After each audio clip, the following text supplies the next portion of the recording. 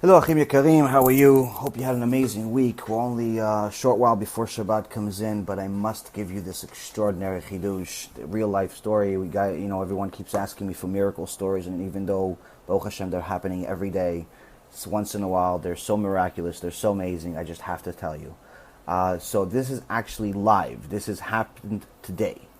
Now, as we learned in this week's parasha, Parashat Vayetze, after Yaakov Avinu runs away from Esav, so he doesn't have to fight him, so he doesn't have to kill him, so he doesn't have to, chas v'shalom, get killed by him. Part of Chazal says that he was running away because he didn't want Esav to kill him, and some Chazal saying that, wait a minute, Yaakov, we see later on, he's so strong, he's stronger than 10 men put together, he was actually more scared of killing Esav. But nonetheless, before he arrives at the home of Lavan, the Rasha, he goes to the yeshiva of Shem and Evel and learns there 14 years of Torah. 14 years of Torah without sleeping, according to Chazal. This is something beyond human. This is something beyond our understanding. And we talked about in this week's shiur, that's a couple of shiurs that are must-hears. But the chidush doesn't have to do with just this. After he finished the yeshiva, after he finished learning Torah for 14 years without sleeping, he falls asleep, and he has this dream that everyone knows about, and then he wakes up, and he realizes he became scared because he realized this place is the place of God, and it says in chapter 28, verse 20, Vayidar Yaakov neder le'emor, im yeh Elohim imadi u'shemarani b'derech hazeh asher anochi olech, ונתן לי לחם לאכול ובגד ללבוש, ושבתי בשלום אל בית אבי, והיה אדוני לי לאלוהים, והאבן הזאת אשר שמתי מצבה, יהיה בית אלוהים, וכל אשר תיתן לי עשרנו לך. Then Jacob took a vow. He made a vow here. He's saying, if God will be with me, will guard me on this way that I am going, will give me bread to eat and clothes to wear. Look how modest he is. He's just learned Torah for 14 years, and he's not like us, asking for, 15 buildings. What is he asking for? He's asking, after 14 years of learning without eating, without doing anything, just learning Torah non-stop, what is he doing here? He's asking just for clothes to wear and food to eat. And then it continues in verse 21, it says, and I return in peace to my father's house, and Hashem will be a God to me. Then this stone which I have set up as a pillar shall become a house of God, which later becomes the Bet HaMikdash. And whatever you will give me, I shall repeatedly tithe it to you.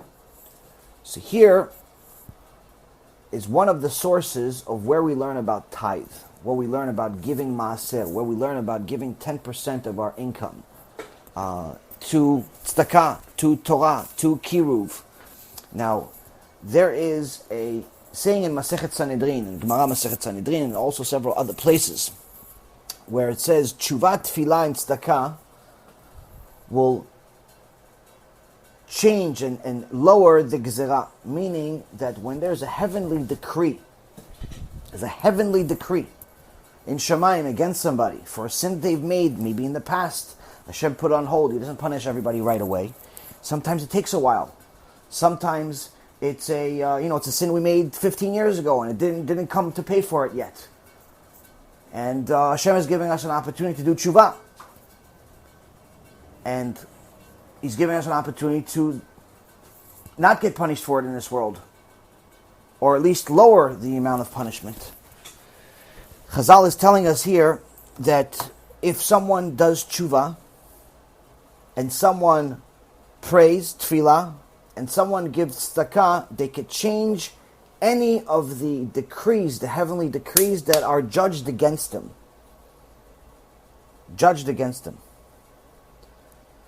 Here, Yaakov Avinu is telling us that after learning his Torah, after doing everything he's doing, all he's asking for Hashem is just to give him some food to eat, so perhaps if there was a gezerah to kill him from Shamayim for taking the blessing of Esav, that will change. And really all he wants is to just survive, and he promises to give a tithe. Now today was a special day that happens I believe once every several years, where there was a Sha'at Ratzon. There was a prayer that is meant to be prayed. There's 9 minutes this morning. It was 6:44 in the morning till 6:53 in the morning. It was Sha'at Ratzon for whoever stays tuned to these different sgulot, to these different things that you can do to pray to Hashem. Some people hold by it and are very, very strong. And this is a time where the heavenly gates are open to listen to a prayer extra, more than usual. Well, someone called me and told me, well, what is it? Is it 6? Is it based on Israel time, where that would mean that she would do it at 6:44 in the morning in New York? Or would it be at 1:44 p.m. because it's 1:44 p.m. in Israel? So would it be the same time as it is in Israel? Would it be not? And she asked me this yesterday, and I actually didn't know the answer right away. I didn't know whether it would actually have to be at the same time as it's actually happening in Israel, or at the same hour. Meaning if it's at 1 o'clock in the afternoon in Israel, then it's 1 o'clock in the afternoon anywhere else you live, whether it be New York or Florida or Arkansas or wherever. And I didn't know the answer. And to get the answer, I needed to ask my Rav, because this is just not something that I learned yet. And I couldn't reach my Rav because it was already in the middle of the night. And I suggested to him, I was like, you know what? You really can't lose praying anyway. So you don't lose out. And you know, this woman holds by this. And I said, you know what? So you don't lose out. Why don't you just wake up early, pray at the 6:44 in the morning, and also do the 1 o'clock in the afternoon as well. So worst case scenario, you pray twice. You can't lose out of praying. You can't lose out of talking to Hashem an extra 9 minutes a day. What's the big deal? And he said, you know what? Good answer. That's what I'm going to do. And that's what she did. Now, before that day, a lot of things happened. Her husband has been taking his teshuvah much more seriously. Much more seriously. Baruch Hashem, he's always been a very generous person and always gives tzedakah. But it got to a point where he's now involved in kiruv. And he's helping with kiruv on a regular basis. And he's giving his tithe. He's giving his 10%. And on top of it, that kiruv that he's doing and he's involved in is helping him get stronger with Torah, helping his teshuvah get stronger and stronger.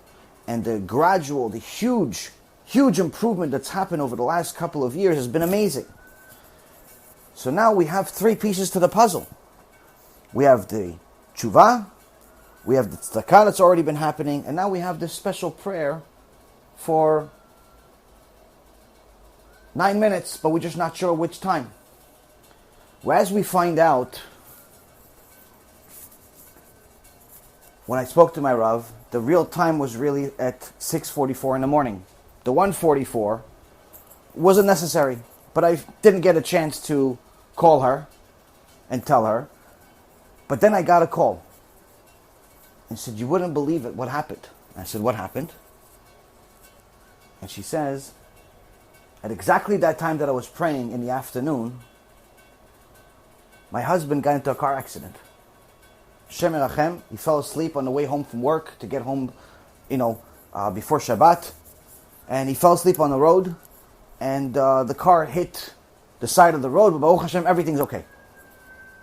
The car is a little messed up, but him, Baruch Hashem, he's 100% okay. Everything's okay. And exactly when that happened was when I was praying in the afternoon, that 1:44. So was that the right time? And I said, no, actually it wasn't. The right time was 6:44. But Hashem made it so that even though the prayer was 6:44, apparently there was already a decree in Shamayim that needed you to pray an extra 9 minutes at exactly that time, at 1:44, to complete the 3, to complete the teshuvah, the tzedakah, and the tefillah. Because apparently there was a decree in Shamayim from many years ago, from some sin, who knows what. But we needed to complete the 3 at that very moment So yes, there was going to be an accident, but Baruch Hashem, nothing bad will happen. Just material getting destroyed. That's exactly what happened. And for anyone who's saying, oh, is he making this up? Is this just a story to get us stronger? Is this a story that, is just a fairy tale? Well, it's not. Because those two people that called me, the woman that called me and asked me about the prayers, and the man that got into an accident, they're my parents. May Hashem bless them. May Hashem continue to bless you and all of the things that you do and show you that Hashem's Torah is real. Our teshuvah is real. Our kiruv is real.